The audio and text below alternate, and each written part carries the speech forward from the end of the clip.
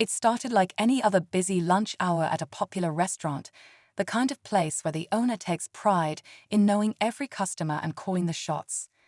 Today, though, things took a shocking turn. A black man walked in, dressed casually, just looking to grab a meal.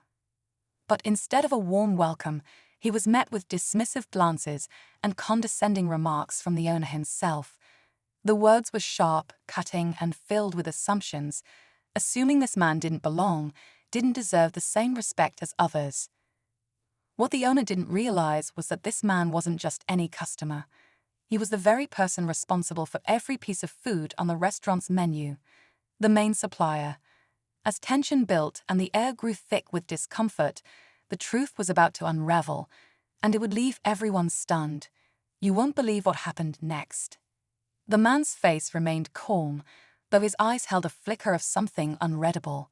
He didn't respond to the sharp words, choosing instead to quietly sit at a table near the corner.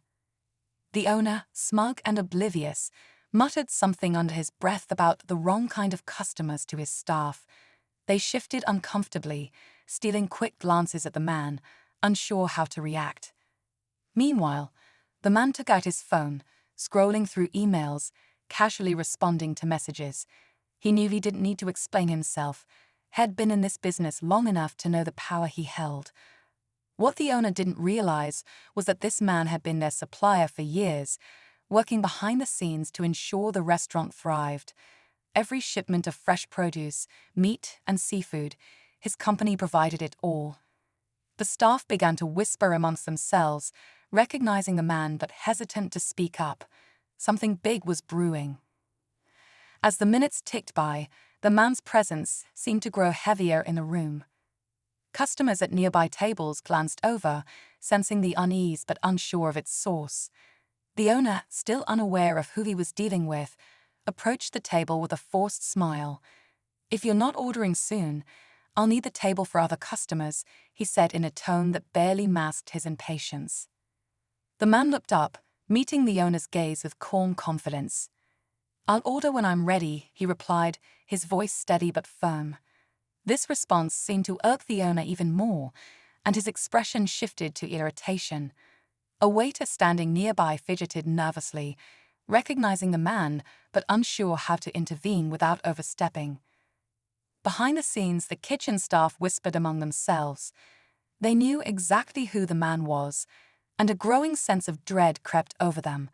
Something was about to give. The man stayed seated, his calm demeanor unshaken, but the air in the restaurant had shifted.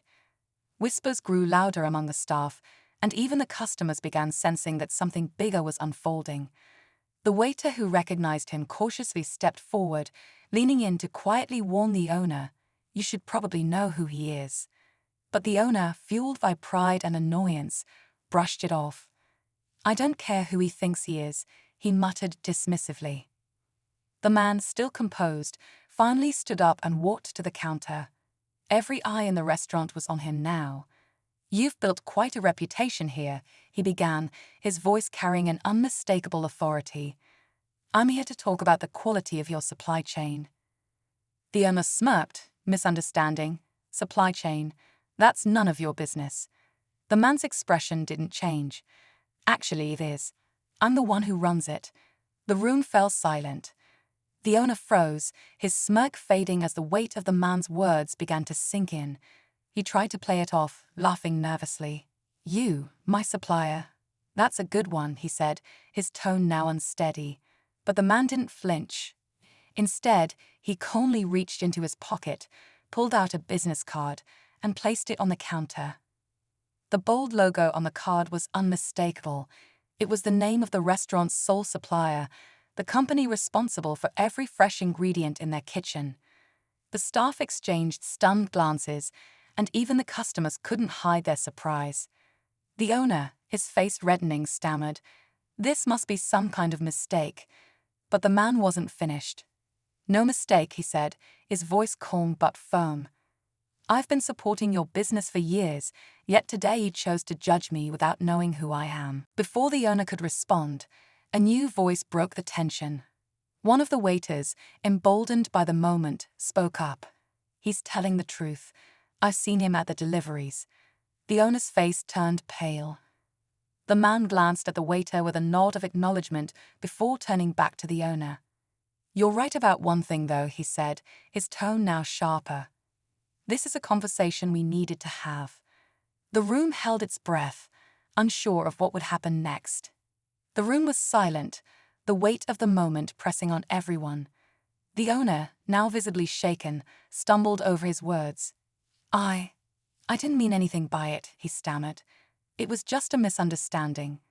But the man wasn't letting him off the hook so easily. "A misunderstanding," he repeated, his voice calm but cutting. "You didn't ask my name. You didn't even see me as a person. You judged me the moment I walked through that door." The owner opened his mouth to respond, but the man raised a hand, stopping him. "This isn't just about me. It's about how you treat people, your staff, your customers. That attitude reflects on your business, and it's something I can no longer overlook." Gasps rippled through the crowd as the man turned to address the staff directly. "I've worked with many restaurants, but this one needs a change. Starting today, I'm pulling my supply contract unless I see real accountability here." The owner's face fell as he realized the magnitude of his actions. But before he could plead his case, the man added one final twist. "I'm also partnering with your competitor down the street, a place that knows how to treat people with respect." The shock on the owner's face was matched by murmurs from the customers, some of whom began gathering their things to leave. The man turned to the door, his message delivered. As he walked out, he glanced back, leaving the owner with one last thought. Your reputation isn't built in the kitchen. It's built in how you treat everyone who walks through these doors. Think about that. And with that, he was gone, leaving the owner to face the reality of his choices and the restaurant's uncertain future. As the man walked out, the restaurant was left in stunned silence. Customers whispered among themselves, some shaking their heads in disappointment, while others quietly got up and left. The owner stood frozen behind the counter, his arrogance replaced by regret and uncertainty. His staff looked at him, waiting for a response, but he had none. For the first time, he realized the damage his actions had caused, not just to one person, but to his reputation, his business, and the trust of those around him. Over the next few days, word spread about what had happened. The restaurant's once loyal customers began to dwindle, and the staff, inspired by the man's words, started demanding better treatment. The owner had no choice but to reflect on his behavior and make changes if he wanted to salvage what was left. Meanwhile, the man returned to his work, continuing to support businesses that valued respect and fairness. His quiet strength had left an unforgettable mark, proving that dignity and integrity always met.